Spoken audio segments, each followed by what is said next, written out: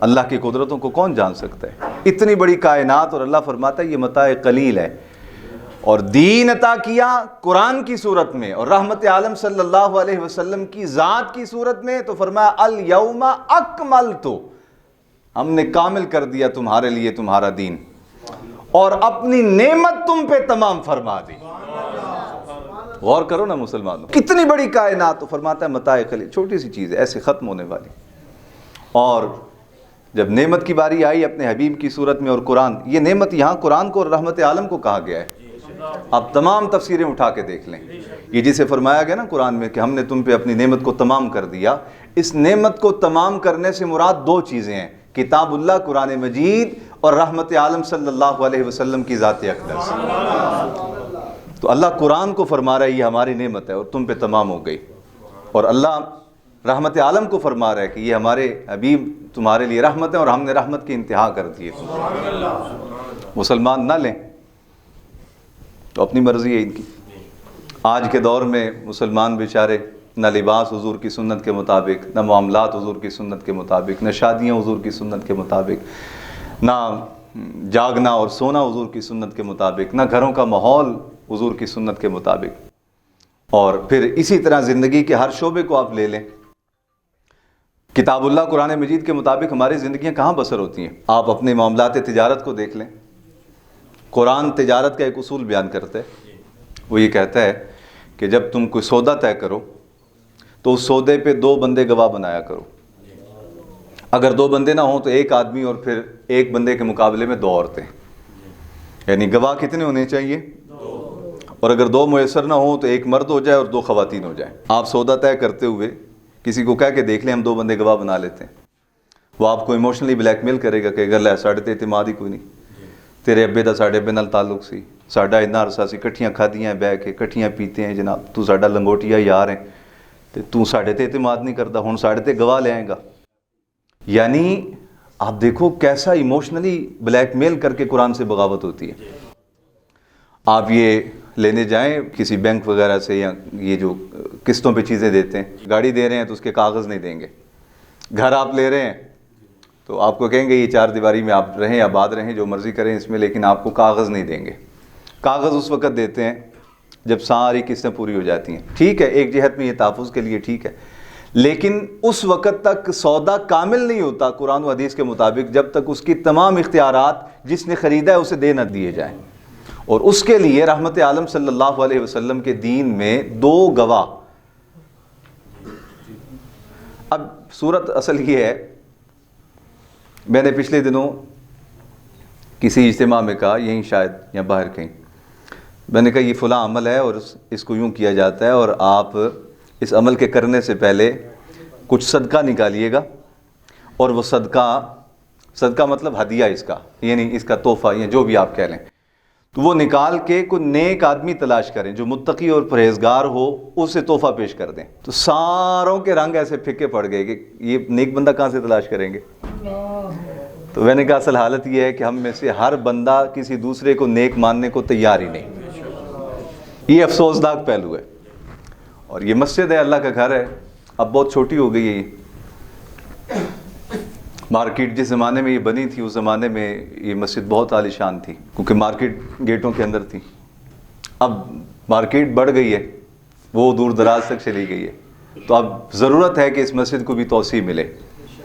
تو میں نے ایک عمل بتایا، میں نے کہا آپ یہ سارے نمازی جتنے اجتماع میں بیٹھے تھے، میں نے کہا آپ یہ عمل پڑھیں اور اس کو 11 مرتبہ صبح اور 11 مرتبہ شام۔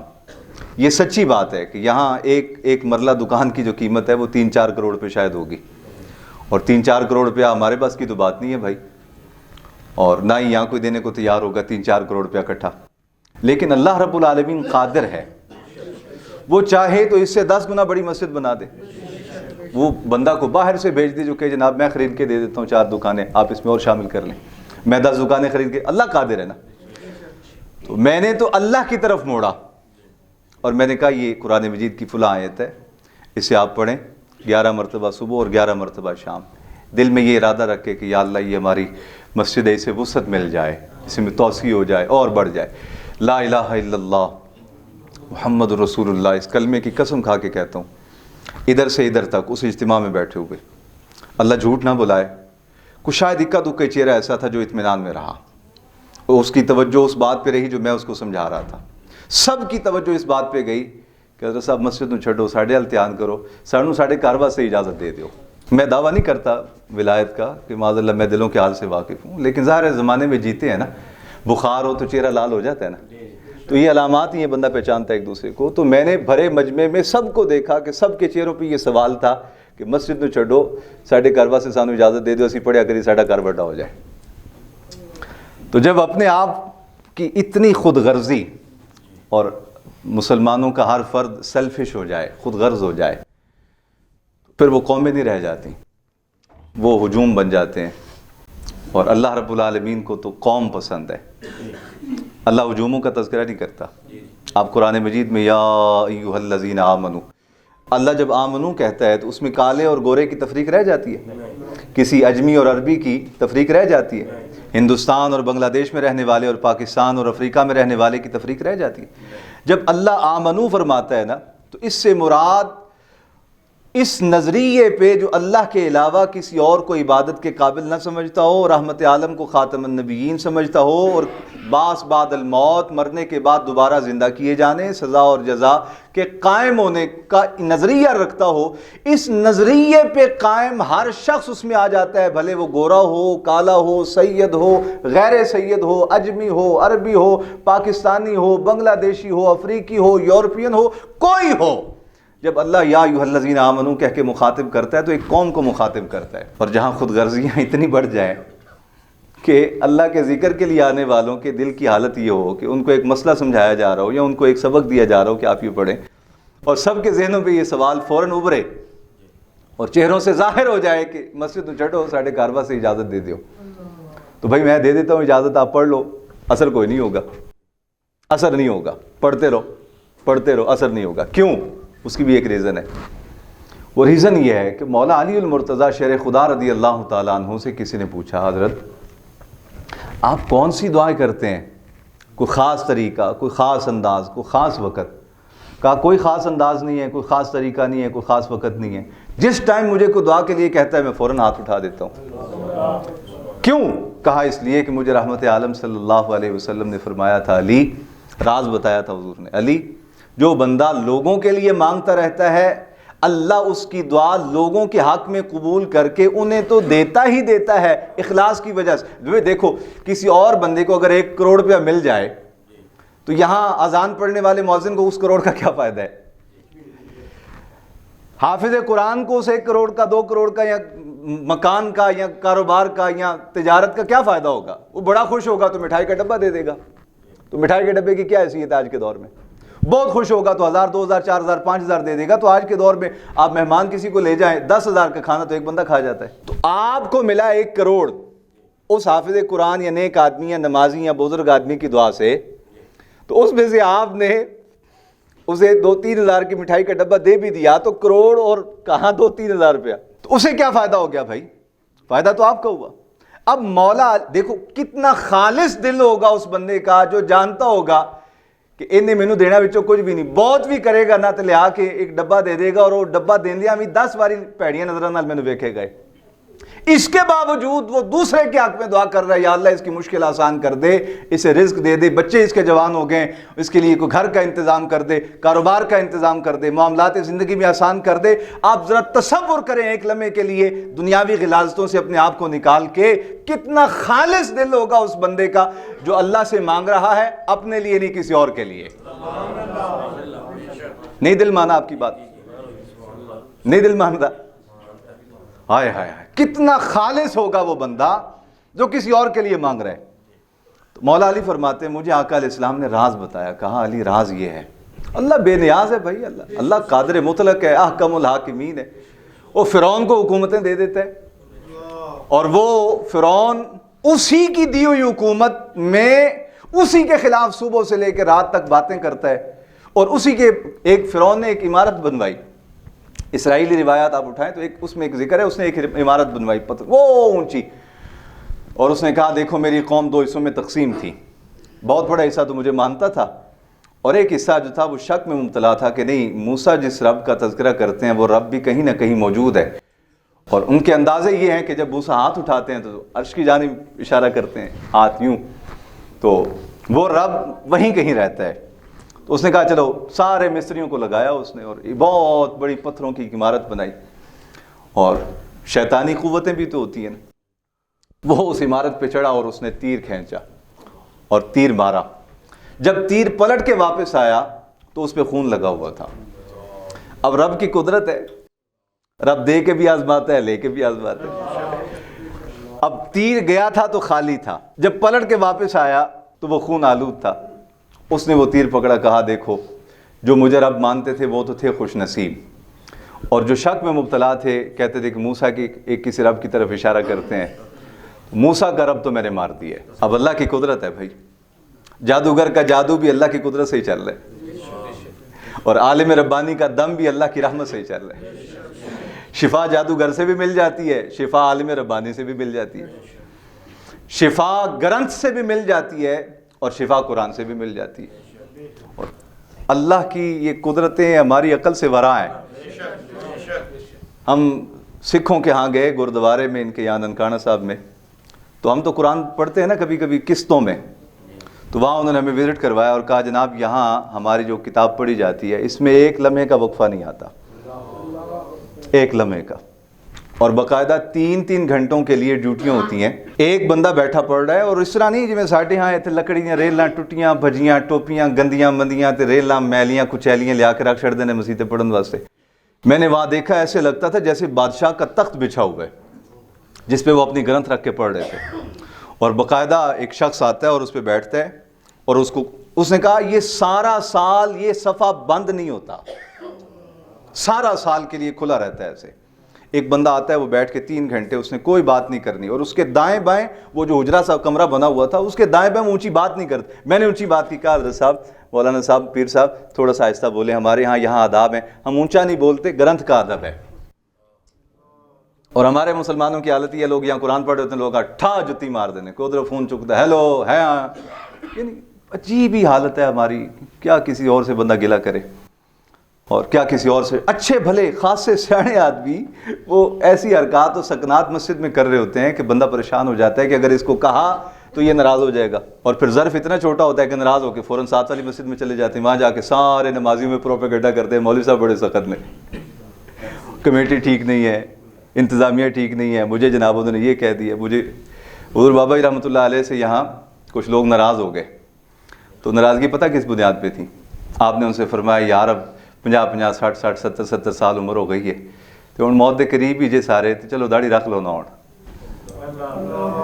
وہ ناراض ہو کے چلے گئے ساری، اور مارکیٹ کے صدر کے پاس گئے، ان کا اس وقت چچا صابر ہوتے تھے یہاں، پتہ نہیں کو اور تھے شاید، ان سے کہا مولوی صاحب ساڑھے نال بہت زیادتی کر دے رہے، آخر کیا ہے جیسے ہم تکبیر نہیں پڑھنے دیتے، تو آپ نے فرمایا کیوں نہیں پڑھنے دیتے؟ کہا جی میں انہوں نے یہ کہنا بھی میرے یار بیلی نے اتنے اسی کٹھے ہیں تو اگلے جان بھی تو کٹھے ہونا چاہیے نا۔ تو ہوں سکول دے وچ ایک گندے جوڑے لے کے آوے، پاٹا یونیفارم پا کے آوے، وہ جراباں پٹیاں ہون، وہ بوٹ ٹوٹے ہون، اور وہ یونیفارم دے اتنے داغ لگے ہون، اور دوسرا ایک صاف ستھرا اچھا لباس پا کے آوے، تو استاد انہوں دونوں کٹھیا نہیں بہن دینا کہ نہیں یار بچہ بھی خراب ہو جائے گا انہوں نے رل کے۔ تو جدو تواڈے میرے ورگا استاد صاف ستھرے یونیفارم پہنے ہوئے بچے نوں میلے بچیاں نال نہیں بہن دینا، خصوصاً اٹھا کے سائڈ تے کر دینا ہے، تو اللہ سانوں کیویں اتنے کٹھے ہون دے گا؟ تو میں تو یہ چاہنا کہ اسی جویں اتنے کٹھے ہیں سارے، حشر والے دن اٹھیے تو اتنے بھی کٹھے ہوئیے۔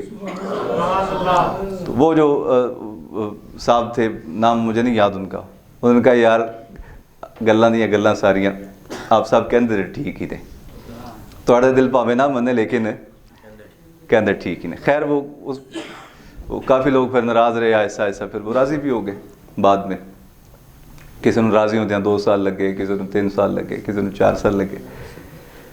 ہائے ہائے ہائے، تو کیا حالت بیان کریں ہماری، تو مسلمانوں کی ظرف کی حالت یہ ہے، آپ کسی کو کسی برے کام سے اخلاقی حرکت سے روکے نا تو وہ ناراض ہو جاتا ہے، اور پھر صرف دل تک نہیں رکھتا بلکہ وہ پروپیگنڈا کرتا ہے، اور بقیہ جو لوگ عبادت کر رہے ہیں یا دین کے ساتھ وابستہ ہوتے ہیں یا دینداروں کے ساتھ وہ خلاف ماحول کھڑا کر دیتا ہے، اور وہاں وہ مجھے بتا رہے تھے کہ ہم علماء تھے، کافی سارے علماء مشائخ کا وفد تھا، تو وہ بتا رہے تھے کہ یہ ہمارا ایسے آداب ہیں. تو میں نے کچھ سوال کیا تو آواز تھوڑی اونچی ہو گئی.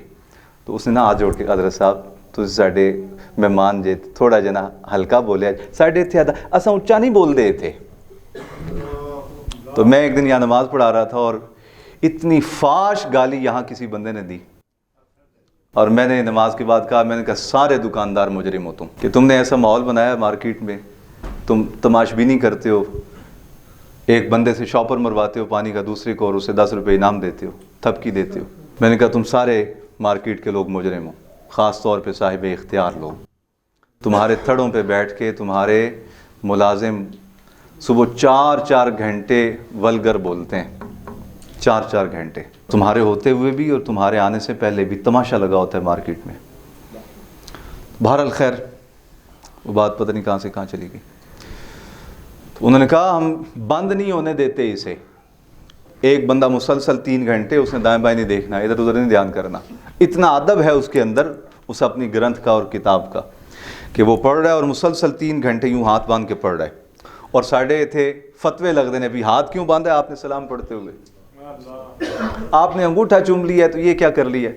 ہم وہاں گئے، انہوں نے کہا حضرت صاحب اپنی جرابیں اتاریں، اور یہاں ایک وہ نالی سی بنی ہوئی ہے، کہا یہاں آپ پاؤں دھوئیں. میں کہا میرے صاف ستھرے نے، میں وضو حالت چاہے نہیں یہ ہمارے آداب ہیں. یہاں پہ وہ آداب نہیں ہے ان کا، وہ مذہب ہے.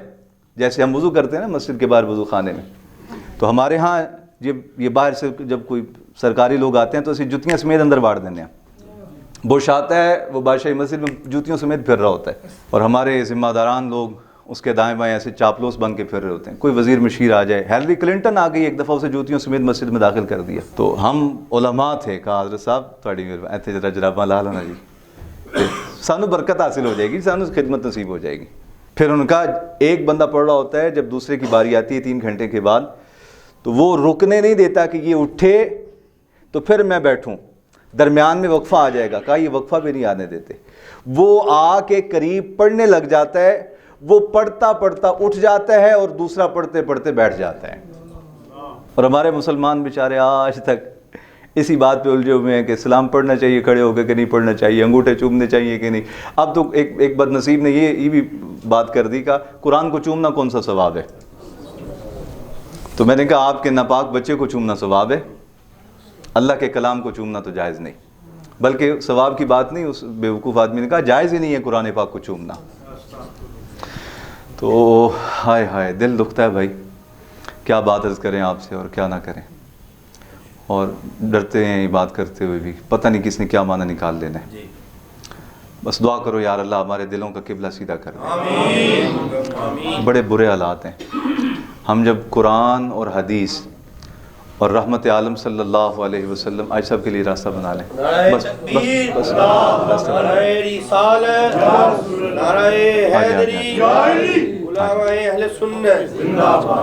بس میں آخری بات، تشریف رکھیں، جزاک اللہ خیر. عالم دین ہے، احترام ہم پہ لازم ہے. ہم جب کتاب اللہ قرآن مجید کو دیکھتے ہیں نا، اور رحمت عالم صلی اللہ علیہ وسلم کے فرمان کو دیکھتے ہیں، تو جس طرح کی ہماری زندگیاں گزر رہی ہیں غفلت میں، اور ہم نے نافرمانیوں کو بھی دین سمجھ رکھا ہے. یعنی بہت سارے ایسے گناہ ہیں ہمارے معاشرے میں جنہیں لوگ گناہ سمجھتے ہی نہیں. ایک ہے گناہ سمجھ کے کرنا، ٹھیک ہے نہیں رہا جاتا بھی گناہ کر لیا، گناہ سمجھ کے تو کرتا ہے نا. اور ایک یہ ہے کہ بندہ گناہ ہی نہیں سمجھتا اور ثواب سمجھ کے، یا اسے کہتا ہے یہ گل ہی کوئی نہیں، یہ کہڑا کوئی دین دا حصہ ہے. ابھی یہ پتنگ بازی کا معاملہ ہوا، آپ نے قوم کو 2 حصوں میں تقسیم دیکھا. ایک وہ تھے جو کہتے نہیں رسم تو ہندوؤں دی ہے تو چلو کوئی نہیں، ساڑھے کو رہا نہیں جانا، پرانے بچپن کی عادت پئی ہوئی. اور دوسرا طبقہ وہ تھا، وہ باقاعدہ دلیلیں دینے لگ گئے. اور ہندوؤں نے خود لکھا، کہا یہ حقیقت رائے جسے قتل کیا گیا تھا سیدہ پاک فاطمہ الزہرا کو گالیاں دینے کی وجہ سے اور نبی پاک صلی اللہ علیہ وسلم کی توہین کرنے کی وجہ سے اسے قتل کیا گیا تھا. تو ہم اس کے بدلے کے طور پہ ہر سال بسنت مناتے ہیں. جن کا بندہ ہے وہ کلیم کر رہے ہیں کہ ہم کیوں کرتے ہیں یہ ایونٹ سال کا، اور ہمارے دھرم میں یہ کیوں ہے، اس وجہ سے کہ مسلمانوں نے ہمارا بندہ مارا ہے. اور مارا کس وجہ سے ہے کہ مسلمانوں کے نبی کو گالی دی اور ان کے نبی کی بیٹی کی توہین کی، تو انہوں نے مار دیا، لہٰذا ہم اس کا بدلہ لیتے ہیں. ہندو یہ کلیم کر رہے ہیں. اور مسلمان یہ کلیم کر رہے ہیں، کہتے ہیں نہیں اس کا کیا تعلق ہے دین کے ساتھ، اس کا کیا تعلق ہے، یہ تو ایک فیسٹیول ہے، علاقائی رسم ہے۔ بھائی بتاؤ آپ کے علاقے میں کب سے یہ رسم آ گئی ہے؟ چلو بعض لوگ کہیں گے جی حکومت نے اجازت دی ہے تو گناہ حکومت کے سر پہ ہے۔ یہ بڑا، ہم ساری ناکامیاں، ساری سستیاں، غفلتیں اللہ پہ ڈالتے ہیں۔ دن 12 بجے اٹھ کے کاروبار پہ جاتے ہیں، 1 بجے جاتے ہیں، اور جب بھوک ناچتی ہے نا، ننگا رقص کرتی ہے گھر میں اور دکان میں، تو کہتے ہیں اللہ نے تقدیر سے لکھی ہے نقصی۔ بھئی اللہ تو آپ کو کہہ رہے ہیں، صحابہ کرام کا معمول یہ تھا، نماز فجر حضور کی امامت میں پڑھتے اور پڑھ کے پھر حضور رخ انور پھیر کے بیٹھ جاتے، اور حضور سب کے چہروں کو دیکھتے، کون کو مصیبت میں ہے، تکلیف میں ہے، کسی کا کوئی سوال ہے، تو جیسے جیسے حضور چہروں کو دیکھتے، جب ضرورت پیش آتی تو حضور ان کو اشارہ کرتے، وہ اپنا سوال کرتے، حضور ان کے مسئلے حل کرتے، ان کے سوالوں کے جواب دیتے، اور وہیں سے جب اپنے لوگ روحانی غذا پا لیتے تو روحانی غذا پا کے پھر گھروں کو لوٹتے، اور ہلکا پھلکا جو کچھ بھی کھانے والا ہے وہ کھا کے تو کاروبار میں چلے جاتے۔ دوپہر 4 بجے تک لوگ اپنی غلہ منڈیاں سمیٹ دیتے تھے، اور پھر پلٹ کے رحمت عالم صلی اللہ علیہ وسلم کی بارگاہ میں آ جاتے، عصر کے بعد پھر درس ہوتا۔ یہ کیوں کہا قرآن نے حافظوا علی الصلوات، نمازوں کی حفاظت کرو، والصلاۃ الوسطیٰ، خاص طور پہ عصر کی نماز کی حفاظت کرو۔ کیوں؟ اس وجہ سے کہ نبی پاک عصر کی نماز میں بیٹھتے تھے، تو صحابہ کو اللہ نے یہ حکم دیا، کہا نماز عصر ساری نمازوں کی حفاظت کرو لیکن عصر کی نماز میں غفلت نہ کرنا، اس وجہ سے کہ میرا محبوب تمہیں سنوارنے کے لیے بیٹھا ہوتا ہے۔ میرے محبوب کی بارگاہ میں آنا، آ کے نماز عصر ادا کرنا اور ان سے فیض پانا۔ دن کا آغاز بھی حضور کی مجلس سے اور رات کا آغاز بھی حضور کی مجلس سے۔ اب 12-1 بجے تک لوگ دکان پہ آئیں اور پھر بھوک جب ننگا رقص کرے تو اللہ پہ تہمت ڈال دی۔ دل خود کرتا ہے گڈیاں اڑانے پہ، دل خود کرتا ہے گندے گانے چھتوں پہ لگا کے رقص کرنے پہ۔ افسوسناک رویہ، جس قوم سے اللہ کے دین کے لیے 1 روپیہ نہیں نکلتا۔ اب ہمارے ہاں تو جھولی نہیں پھیری جاتی، اللہ اس مسجد کو ہمیشہ اس سے محفوظ رکھے، اور ایسے لوگ، ایسے خادم اس مسجد کو دے کہ جو اس مسجد کا نظام چلاتے رہیں۔ آمین کو اونچی آواز سے۔ یہاں جھولی نہیں ہوتی، لیکن جن مسجدوں میں جھولی پھرتی ہے آپ جا کے دیکھیں، سب سے چھوٹا نوٹ نکال کے لوگ ڈالتے ہیں۔ اور کئی بار جمعے میں پڑھانے جاتا ہوں، لوگ بلاتے ہیں بطور مہمان خطیب کے، تو لوگ نکال کے نا سب سے چھوٹا جو نوٹ ہوتا ہے، اگر خدا نہ خاصا بڑا نکل آئے تو چھوٹا اس میں ڈال دیتے ہیں۔ میڈیا کی رپورٹ یہ ہے کہ 1 ارب سے زیادہ صرف لاہوریے 3 دن میں چکن کھا گئے ہیں۔ 1 ارب سے زیادہ۔ میڈیا سچا جھوٹا وہی ہے بھائی، ہم تو جو سنا ہے آپ کو بتا رہے ہیں۔ اور جو ڈوریں خریدی گئی ہیں وہ تو اللہ جانتا ہے کتنی مہنگی خریدی گئی ہیں، اور گڈیاں جتنی مہنگی خریدی گئی ہیں۔ بہرحال میں آپ سے بات نہیں کرتا، آپ ناراض ہو جاتے ہیں، بڑے نازک قسم کے لوگ ہیں۔ اتنی بیویاں بھی نازک نہیں ہوتی جتنی ہماری مسلمان قوم نازک ہے، تو اس وجہ سے میں آپ سے بات نہیں کرتا۔ میرا دکھڑا ہے، میں بہت پریشان ہوں، اور پریشان اس وجہ سے ہوں کہ میرا گلشن برباد ہو رہا ہے۔ ہر مالی کو اپنا گلشن اچھا لگتا ہے، آم کی دکان اجڑے، گاہک کم ہو جائیں، سامان کم ہو جائے تو آپ بھی پریشان ہو جاتے ہیں، بلکتے ہیں، تڑپتے ہیں، بھاگتے ہیں، کوئی بزرگ تلاش کرو دم کر دے، کوئی اگربتی دم کر دے لگاؤں، گاہک آنے لگ جائیں۔ تو ہمارا بھی یہ گلشن ہے، ہم کس سے جا کے روئیں، کس کے آگے شکایت کریں؟ ہم نے تو دیکھا جب سے یہ بسنت منائی اہل لاہور نے، ہمارے گلشن کے نمازی کم ہو گئے۔ آپ دعا کے لیے بیٹھے لوگوں کی آنکھیں خشک ہو گئی ہیں، اور رونا نہیں آتا لوگوں کو، دل سخت ہو گئے ہیں، دلوں میں نرمی ختم ہو گئی، عشق رسول ختم ہو گیا۔ تو ہمارا گلشن برباد ہوئے تو ہم بھی پریشان ہیں۔ آپ کی دکان تھوڑا سا نقص آتا ہے آپ پریشان ہو جاتے ہیں، گھر میں تھوڑا سا مسئلہ آتا ہے تو آپ پریشان ہو جاتے ہیں۔ ہماری باتوں پہ ناراض نہ ہوا کریں۔ ہمارے گلشن کو نقصان پہنچتا ہے تو ہم تلخ باتیں کرتے ہیں، ورنہ کون آئے ہوئے مہمانوں کو تلخ باتیں کر کے ناراض کر کے بھیجے؟ کون ہے ایسا؟ کوئی دنا ہوگا جو گھر آئے مہمان کو تلخ باتیں کرے؟ ہم تلخ باتیں نہیں کرتے، ہم تو اپنا دکھڑا سناتے ہیں، اور اللہ کرے ہماری قوم کو ہمارے دل کا درد سمجھ آ جائے۔ اور یہ درد ہمارا نہیں ہے، یہ اللہ کے حبیب کا درد ہے، یہ اللہ کے حبیب کا درد ہے۔ حضور نے ارشاد فرمایا من حسن اسلام المرأۃ بندہ مومن کے اسلام کا حسن یہ ہے ترکہ ما لا یعنیہ، وہ ہر فضول کام سے علیحدہ ہو جائے، ہر فضول کام سے۔ میں کہتا ہوں 1 ارب کا چکن اگر اللہ کے دین کے مہمانوں کے لیے اور اللہ کے گھروں کے نمازیوں کے لیے کھلایا جاتا تو یہ شہر لاہور برکتوں سے مالا مال ہو جاتا۔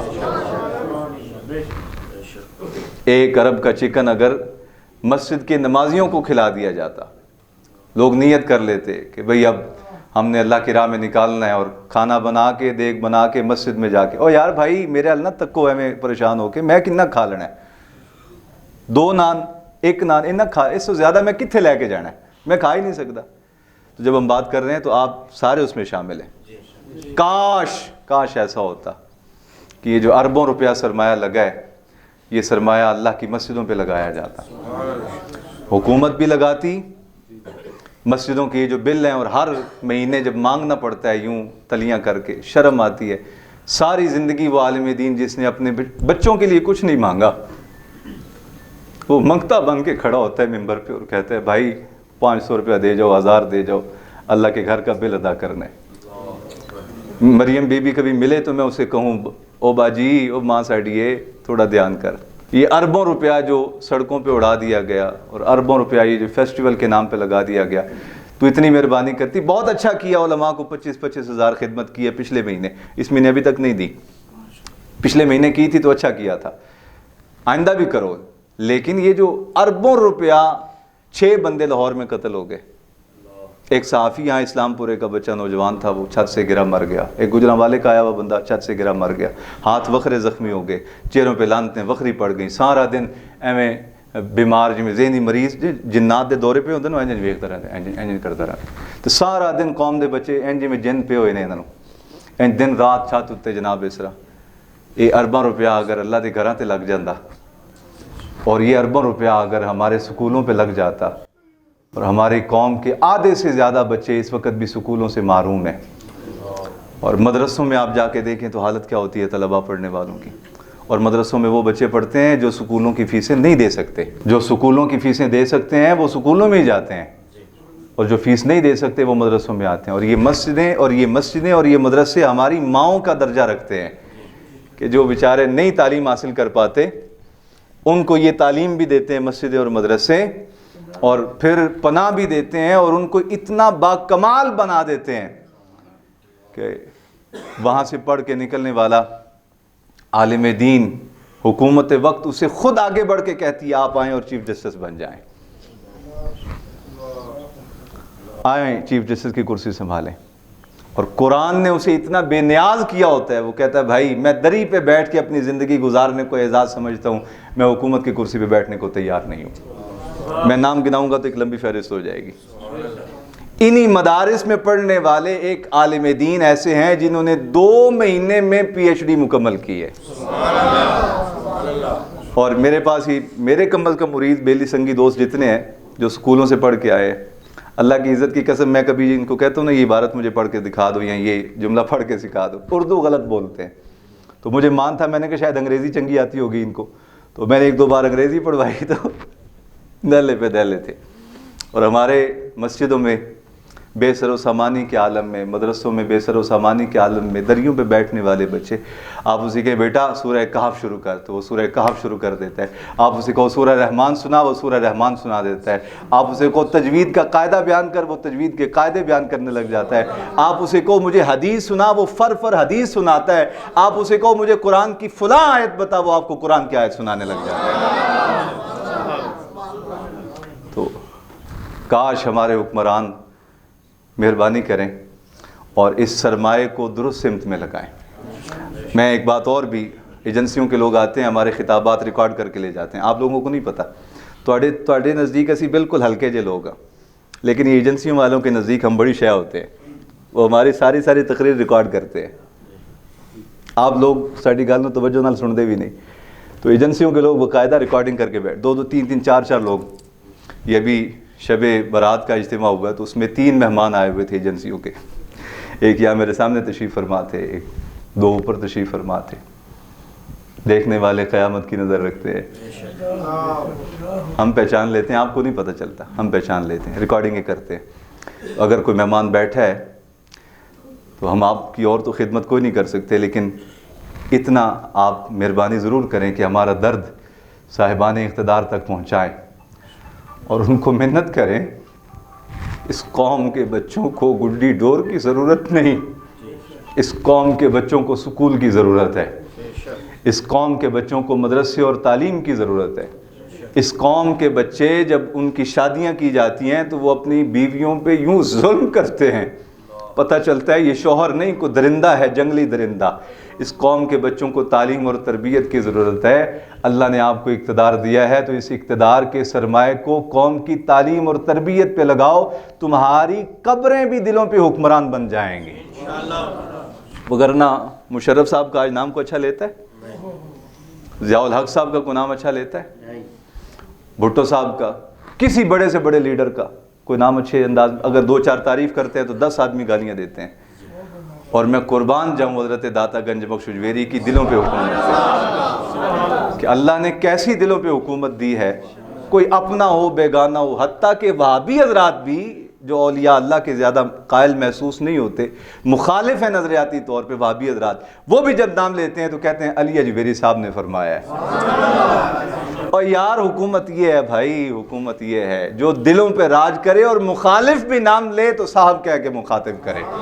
اور ہماری تو پھر جند جان ہے نا داتا صاحب، ہماری تو، اور بولو نا یار آخری جملہ ہے، ہماری تو جند جان ہے. ہم تو سوتے جاگتے کہتے ہیں گنج بخش فیض عالم، مظہر نور خدا، ناقصارہ پیر کامل.